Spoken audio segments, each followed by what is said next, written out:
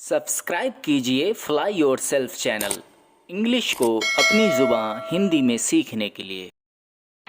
Hello guys, exam series का ये तीसरा पार्ट है। इस पार्ट में हम सीखने वाले हैं कि इंग्लिश सेकंड पेपर में जो ऐसे आता है लिखने को, उसे कैसे लिखा जाए कि हमें ज़्यादा से ज़्यादा मार्क्स मिले। तो आइए अब हम आपको बताने जा रहे हैं कि गाइस कोई भी ऐसे हो, आपको उसे हेडिंग वाइज लिखना चाहिए, जिसमें सबसे पहली हेडिंग हमेशा इंट्रोडक्शन होनी चाहिए।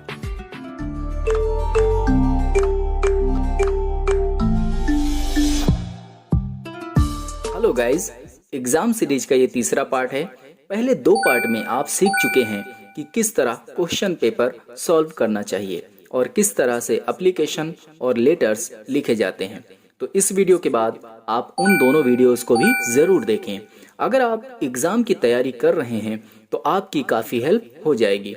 इस पार्ट में हम सीखने वाले हैं कि इंग्लिश सेकंड पेपर में जो ऐसे आता है लिखने को, उसे कैसे लिखा जाए कि हमें ज़्यादा से ज़्यादा मार्क्स मिले। तो बने रहिए गाइज हमारे साथ इस वीडियो में आखिर तक। इससे पहले कि ये वीडियो शुरू हो, आप थोड़ा सा मेरे और इस चैनल के बारे में जान लें। गाइज, मैं हूं आपका यूट्यूब टीचर सफ़ी हुसैन और आप देख रहे हैं अभी फ्लाई योरसेल्फ चैनल, जहां पर हिंदी मीडियम से आपको इंग्लिश ग्रामर और इंग्लिश स्पीकिंग की वीडियोस मिलती रहती हैं। तो अगर आप न्यू हैं इस चैनल में तो अभी लाल कलर के सब्सक्राइब बटन को प्रेस करके इस चैनल से जुड़ जाएं, ताकि जब भी इस चैनल में कोई नई वीडियोस डाली जाए तो उसकी नोटिफिकेशन आपको मिल जाए। तो आइए अब हम आज की वीडियो शुरू करते हैं। ऐसे, जिसे हिंदी में निबंध कहा जाता है, एग्ज़ाम में ये पूछा जाता है और इसमें बहुत अच्छे मार्क्स भी मिलते हैं। अगर आप ऐसे को सही तरह से लिख देते हैं तो आपको 8 से 10 मार्क्स मिलते हैं, जो कि आपके अच्छे रिजल्ट के लिए बहुत ज़रूरी है। और ये बहुत आसान भी होता है उन स्टूडेंट्स के लिए जिन्हें हिंदी सेंटेंसेस को इंग्लिश में ट्रांसलेट करना आता है।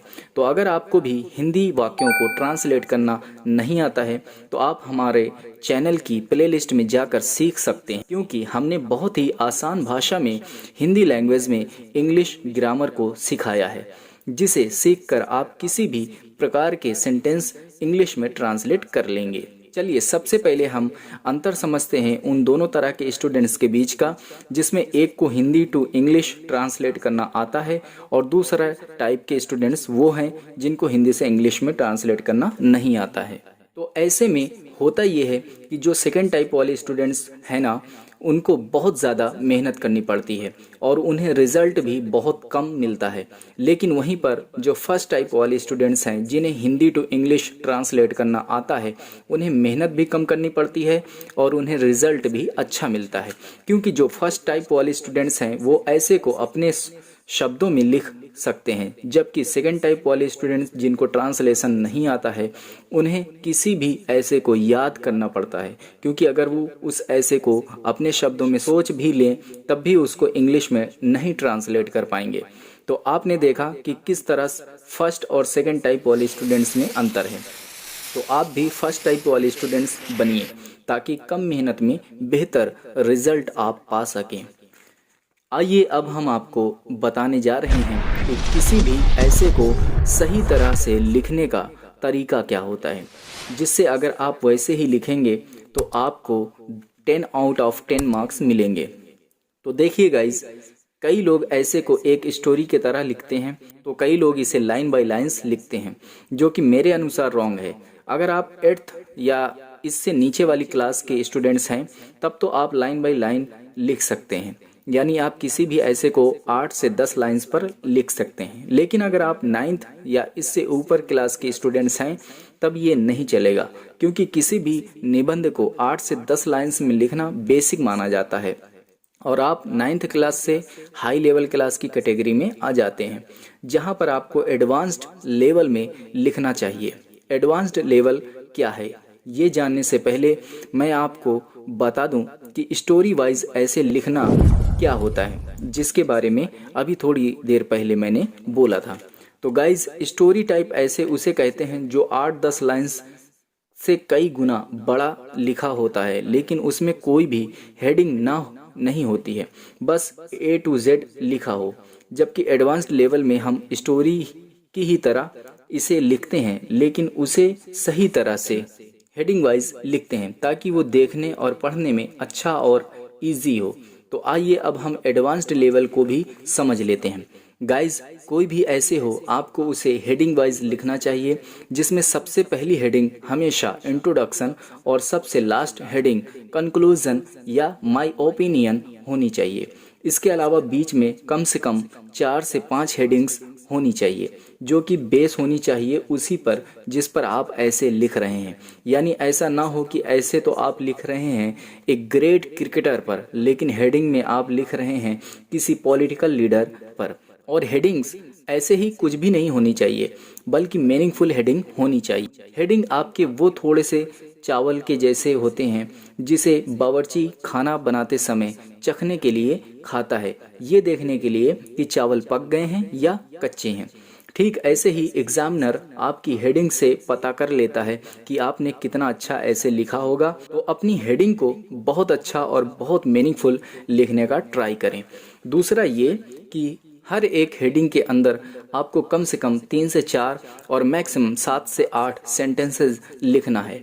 इस तरह आप 5 हेडिंग्स में जब ऐसे करेंगे तो अगर मान लो आपने हर एक हेडिंग के अंदर 4 सेंटेंसेस लिखे हैं तो 5 × 4 = 20 सेंटेंसेस, और एक सेंटेंस में ऑलमोस्ट 8 to 10 वर्ड्स होंगे, यानी कि करीब 200 वर्ड्स का ऐसे हो जाएगा, जो कि एनफ है। लेकिन अगर क्वेश्चन पेपर में क्लियरली लिखा हो कि इतने वर्ड्स का ऐसे होना चाहिए तो उसी हिसाब से आप हेडिंग्स के अंदर सेंटेंसेस को कम या ज़्यादा कर सकते हैं।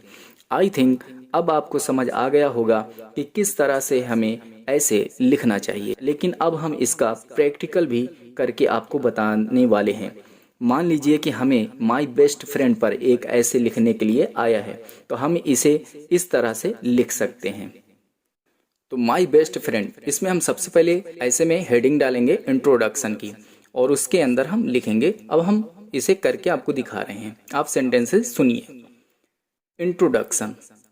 Hasan is my best friend. His father is a businessman and mother is a housewife and a social worker. We both study in 10th class on this running year. We both are fast friends. We love and help each other. दूसरी headings है His habits. He has so many good habits which I personally like very much.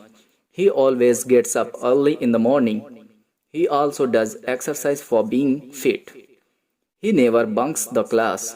He has a bad habits also, that he always be ready to help any stranger, either he knows him or not. Heading number 3. His personality and looks. He looks very simple, but his simplicity is quite attractive because of his dressing sense. He always wears neat and clean clothes. He looks like a bodybuilder because he does exercise regularly. Heading number 4. His goals in life.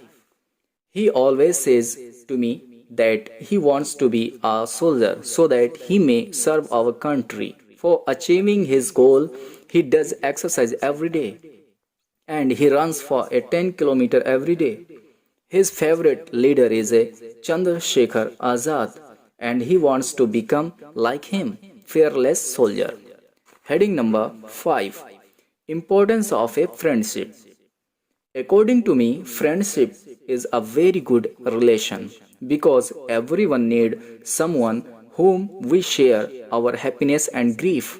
And such a good person is my best friend, Hassan, in my life. These are the friends who encourage you to do right things in your life. और अब हम last heading conclusion देखते हैं. As I wrote about a best friend, the conclusion of this writing is that everyone needs a best friend in his life. According to me, if there is no friend in our life, life is without meaning. In short, having a friend that inspires you, encourages you, and always stands by you at hard times is a good gift from God. तो guys, आपने देखा कि ये 300 words का ऐसे है जहां पर हमने टोटल 6 हेडिंग्स लिया है और हर एक हेडिंग्स के अंदर 3 से 4 सेंटेंसेस रखने की कोशिश की है. आजकल तो 75 से 100 वर्ड्स का ही ऐसे पूछा जाता है, तो आप उसी अनुसार हर एक हेडिंग्स के अंदर सेंटेंसेस कम करके लिख सकते हैं। बट कोशिश करें कि हेडिंग्स 5 से कम ना रहें, because headings is more important than your sentences written by you in your answer sheet. तो आई होप कि आप सब ने इस वीडियो में काफ़ी कुछ सीखा होगा।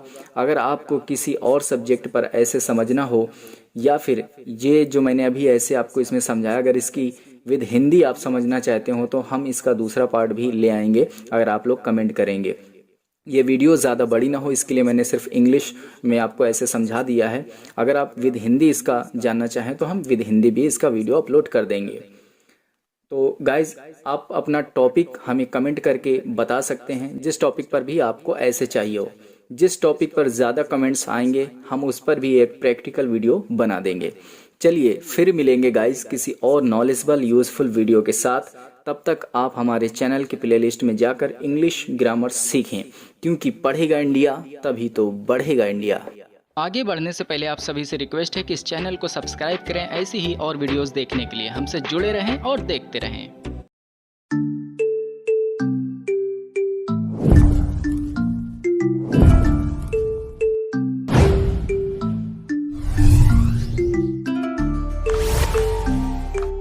गाइज, अगर आपको सेंटेंस बनाने में दिक्कत हो रही है और आपको दिए गए रूल्स में सब्जेक्ट, वर्ब और ऑब्जेक्ट नहीं समझ आता है, तो आपसे रिक्वेस्ट है कि आप पहले इंग्लिश ग्रामर की बेसिक सीखिए। और इसके लिए हमने ऑलरेडी प्लेलिस्ट बना रखी है, तो आप पहले हमारे चैनल में जाकर प्लेलिस्ट चेकआउट कीजिए। गाइज, अगर वीडियो आपको हेल्पफुल लगा हो तो इस चैनल को सब्सक्राइब कर लें और अपने सुझाव देने के लिए हमें कमेंट बॉक्स पे कमेंट ज़रूर करें। वीडियो पसंद आया हो तो आप इस वीडियो को लाइक करके हमें मोटिवेट कर सकते हैं।